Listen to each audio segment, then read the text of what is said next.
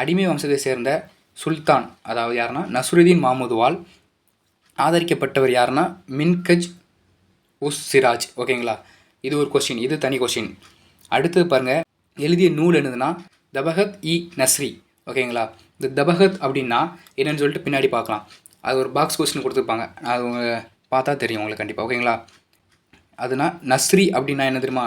ஒன்றும் இல்லைங்க, நஸ்ரிங்கிறது வந்து இவர் தான், மேலே பாருங்க, நஸ்ருதீன் மாமுது. இவர் தான் இந்த மின்கஜ் உஸ் சிராஜை ஆதரிச்சிருக்காரு. சரி வாப்பா என் கூட இருந்து சாப்பிடு, நல்லா தங்கு அப்படின்னு சொல்லியிருக்காரு. அதனால அவரோட வாழ்க்கை வரலாற்றை பற்றி எழுதியிருப்பார் மின்கஜ் உஸ் சிராஜ். ஓகேங்களா, அதுதான், வேறு ஒன்றும் இல்லை. அது வரும் முகமது கோரியின் படையெடுப்பில் தொடங்கி கிபி 1260 வரையிலான நிகழ்வுகள் குறித்து செய்திகளை கூறுகின்றன இந்த நூல். ஓகேங்களா, 13ஆம் நூற்றாண்டில் சுல்தான் இல்துமிஷின் இறுதி காலகட்டம். ஓகேங்களா, அப்போ கஜ்னியிலிருந்து புலம்பெயர்ந்து வந்த ஒருத்தர் யார் அப்படின்னு கேட்பாங்க. யாருன்னா ஹசன் நிசாமி. ஓகேங்களா, ஹசன் நிசாமி என்பவர். இவர் எழுதிய நூல் என்னதுன்னு பாருங்கள், தாஜ் உல் மா அசீர்.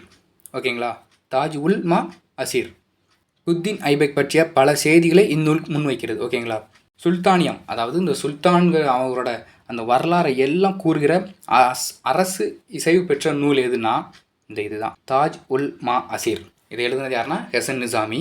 இதுதான் அந்த சுல்தானியத்தின் வரலாற்றை கூறும் அரசின் இசைவு பெற்ற முதல் நூல். ஓகேங்களா, அடுத்த பிறகு முகமது பின் துக்ளக்கின் அரசவை வரலாற்று ஆசிரியர் யார் அப்படின்னு கேட்பாங்க. ஜியா உத் பரணி. ஓகேங்களா, இவர் எழுதிய நூல் என்னன்னு பாருங்கள், தாரிக் இ ஃபிரோஷாஹி. ஓகேங்களா, அடுத்த பாருங்கள், கியாசுதீன் பால்பன் முதல் ஃபிரோஷா துக்ளக்கின் தொடக்க கால ஆட்சி வரை டெல்லி சுல்தானியத்தின் வரலாற்றை விளக்குகிறது. எந்த நூல் சொல்லுங்கள்? ஒன்றும் இல்லை, பதற வேண்டாம், இதுக்கு முன்னாடி பார்த்த நூல் தான். அதான் இதோட, அது வந்து கூற்று 1ன்னு வச்சுக்கோங்க, இது கூற்று 2. ஓகேங்களா, அந்த பேரை வச்சு நீங்கள் கண்டுபிடிச்சிடலாம். தாரிக் இ ஃபிரோஷாஹி, ஃபிரோஷோட காலங்கட்டம் வரை அந்த நூல் பார்த்துருக்காங்க. யாருன்னா முகமது பின் துக்ளக். அந்த ரெண்டு அப்படி ஒத்து போகுது பார்த்தீங்களா? முகமது பின் துக்ளக் அரசவை வரலாற்று ஆசிரியர் வந்து அப்போ ஸ்டார்ட் பண்ணியிருக்காரு, ஸ்டார்ட் பண்ணது பாருங்கள், ஃபிரோஷா துக்ளக்கின் தொடக்க கால ஆட்சி வரை உள்ள எல்லாத்தையும் சேர்த்து எழுதுனது தான் தாரிக் இ ஃபிரோஷாஹி. புரிஞ்சிருக்குன்னு நினைக்கிறேன். அடுத்தது பாருங்கள், பெரிஸ்டா அப்படின்னு ஒரு ஆசிரியர், அவர் வந்து தாரிக் இ பெரிஸ்டா அப்படின்னு சொல்லிட்டு இந்தியாவில் முகலாய ஆட்சியின் எழுச்சியை குறித்து விவரிக்கிறது. ஓகேங்களா, இப்போ கூற்று 1 எப்படின்னு தெரியுமா? கூற்று 1 எப்படி இருக்குன்னு தெரியுமா? தாரிக் இ பெரிஸ்டா என்ற நூலை எழுதியவர் பெரிஸ்டா. கரெக்டு. இப்படி கூட இதை கூட கொடுக்கலாம், 16ஆம் நூற்றாண்டை சேர்ந்தவர்னு கொடுக்கலாம், அதுவும் ஒரு வாய்ப்பு இருக்குது. இது கூற்று 3 வந்து என்னதுன்னா, இந்தியாவில் முகலாய ஆட்சியின் எழுச்சியை குறித்து இந்நூல் விவரிக்கிறது அப்படின்னு கொடுப்பாங்க. 3 கூற்று கொடுப்பாங்க. போன வயசில் 3 கூற்று கொடுத்தாங்க. ஓகேங்களா, அடுத்தது பாருங்கள், நான் சொன்ன அந்த பாக்ஸ் வந்துட்டு பாருங்கள். 3வது பாருங்கள், இதுக்கு தாரிக் தாஹி அப்படின்னா வரலாறு என்று அர்த்தம். அதாவது மேலே அந்த பாருங்கள், அந்த எல்லோ கலரில் குறிச்சிருக்கோம், அதை பாருங்கள். தாரிக் இ பெரிஸ்டா அப்படின்னா பெரிஸ்டாவோட வரலாறு, அதை பற்றி நம்ம பார்க்கோம் அப்படிங்கிறது தான் இது. ஓகேங்களா, அர்த்தம். அடுத்து பாருங்கள், தபகத், இது வந்து ஒரு அரபிய சொல். ஓகேங்களா, தலைமுறை அல்லது நூற்றாண்டு அப்படிங்கிற பொருள். அடுத்து பாருங்கள், 2வது பாயிண்ட்டு, தஜிக், இது வந்து பாரசீக சொல். இது வந்து சுயசரிதை அப்படின்னு சொல்லுவாங்க. 2 அரபிய சொல் இருக்கு பாருங்கள், ஃபஸ்ட் உள்ளதும் லாஸ்ட் உள்ளதும் அரபிய சொல். அடுத்து பாருங்கள், 16ஆம் நூற்றாண்டில் பாபர் எழுதிய நூல் வந்து பாபரின் நாமா. அடுத்தது பாருங்கள், அபுல் பாசல் எழுதிய நூல் வந்து ஐனி அக்பரி அக்பர் நாமா. ஓகேங்களா, இந்த 2 நூலும் இந்த 2 அரசரை பற்றி ஃபுல்லாக சொல்லுது, முழுமையாக விவரிக்கும். ஓகேங்களா, நெக்ஸ்ட்டு 17ஆம் நூற்றாண்டு. ஓகேங்களா, 17ஆம் நூற்றாண்டில் தனது வாழ்க்கை நினைவுகளாக ஜஹாங்கீர் எழுதிய பாருங்கள், ஜஹாங்கீர் எழுதிய ஜஹாங்கீரி நூல் அப்படின்னு யாருங்க, ஜஹாங்கீர் இருக்கலாம், அவ்வளோதான். நிஜாமுதீன் அகமத், இவர் எழுதிய நூல் என்னென்னா அக்பர். அகமத் அப்படின்னு முடிஞ்சிருக்கா, அக்பரி அப்படின்னு ஒரு நூல் எழுதியிருக்காரு. ஓகேங்களா, அடுத்த பாருங்கள், பதானி எழுதிய நூல் வந்து தார் இ பதானி, பதானியின் வரலாறு. நான் சொன்னது தான், தாரிக்னா அரபிய சொல், வரலாறு என்று பொருள். ஓகேங்களா, இந்த நூலை பாருங்கள் எப்போ வெளியிட்டிருக்காங்கன்னா 1595 வெளியிடப்பட்ட இந்த நூல் 3 தொகுதிகளை கொண்டுள்ளது. ஓகேங்களா, எத்தனை தொகுதின்னு கேட்க வாய்ப்பு இருக்குது, 3 தொகுதிகளை கொண்டுள்ளது. அடுத்து பாருங்கள், பயணிகளும் பயண நூல்களும். 13ஆம் நூற்றாண்டு தமிழகத்தில் பாண்டிய அரசு வலிமை பெற்ற அந்த டைம். ஓகேங்களா, 13ஆம் நூற்றாண்டு. அப்போ பாண்டிய நாட்டுக்கு யார் வந்திருக்கான்னு பாருங்கள், பாண்டிய நாட்டு பயணி மார்க்கோ போலோ அப்படின்னு வச்சுக்கோங்க. வேனிஸ் நகரை சேர்ந்த பயணி மார்க்கோ போலோ. வேனிஸ் நாடு மார்க்கோ போலோ எழுதி வச்சுக்கோங்க. பாண்டிய நாடு.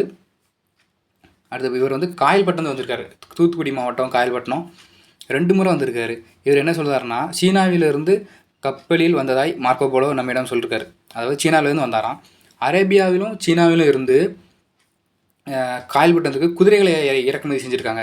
நம்ம தென்னிந்தியா கடல் வழியாக இந்தியா ஃபுல்லாக குதிரைகள் இறக்குமதி செஞ்சு விநியோகம் செஞ்சுருக்காங்க அப்படின்னு சொல்லிட்டு சொல்கிறவர் யாருன்னா மார்க்கோ போலோ. முக்கியமான கூற்றுகள் எல்லாமே.